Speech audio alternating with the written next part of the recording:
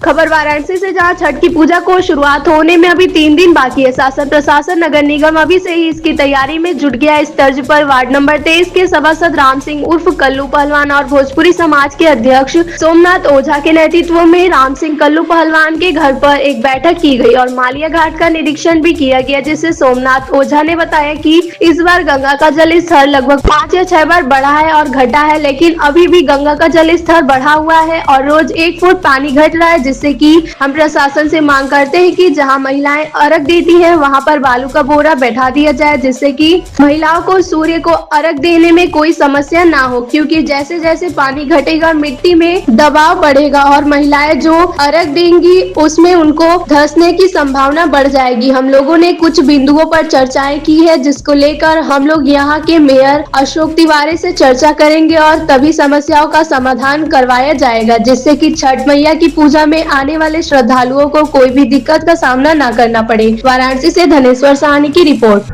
महेंद्र पटेल, पार्षद प्रतिनिधि छिट्टूपुर। पार्षद जी, छठी मैया की तैयारियां चल रही हैं, आपको क्या क्या लग रहा है कि तैयारियां संपूर्ण होगी, अभी और कितनी तैयारियां बाकी हैं? नहीं, देखिए, अभी मौके पे हम लोग सारे लोग इकट्ठा हुए हैं। भोजपुरी समाज के बड़े भैया सोमनाथ ओझा जी भी हैं, भैया अशोक पांडे जी भी हैं, और जैसा कि हम लोग यहाँ स्थिति को देख रहे हैं, काम तो जरूर चल रहा है, लेकिन आप लोग के बताने जाने के द्वारा हमको ये प्रतीत हो रहा है कि अभी काम जो है संपूर्ण नहीं हुआ है और इसमें और तेज़ी के साथ काम कराने की ज़रूरत है। और जो मुख्य विषय अभी पता चला कि गंगा मैया में उतर के अगर जो महिलाएं अर्घ देती हैं तो इसमें दलदल जैसा स्वरूप बन गया है। तो हम लोग यही चाहेंगे और मेयर साहब से भी सूचित करेंगे और जिला प्रशासन को भी सूचना दिया जाएगा, बताया जाएगा कि इससे निपटने के लिए जो है बोरी में बालू भर करके रखवाया जाए। क्या बता दीजिए। मैं सोमनाथ ओझा भोजपुरी समाज का अध्यक्ष हूँ। सोमनाथ जी, सोमवार को छठी मैया की पूजा है, क्या तैयारियां आपकी तरफ से घाट पर हुई हैं और क्या अभी बाकी है? भाई साहब, इस बार बनारस में गंगा जी बहुत बाढ़ तक रही हैं। अभी गंगा जी का लेवल बहुत ऊंचा है।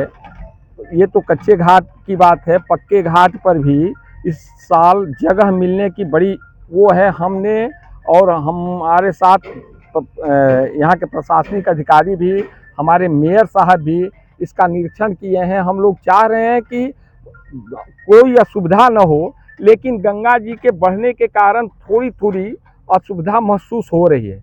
हम चाहते हैं कि इसको फिर से प्रशासन ये देख ले कि कैसे लोग सुरक्षित आए और बढ़। जैसे अभी देख लीजिए, प्रत्येक दिन गंगा जी 1 फुट घट रही हैं, तो कच्चे घाटों की स्थिति ये है कि पूरा दलदल मचा हुआ है। अगर आप 1 मिनट खड़ा होते हैं तो पूरा ठेहुना आपका, दोनों ठेहुना, जबकि महिलाएं अर्घ के दिन 1-1 घंटे खड़ा रहती हैं।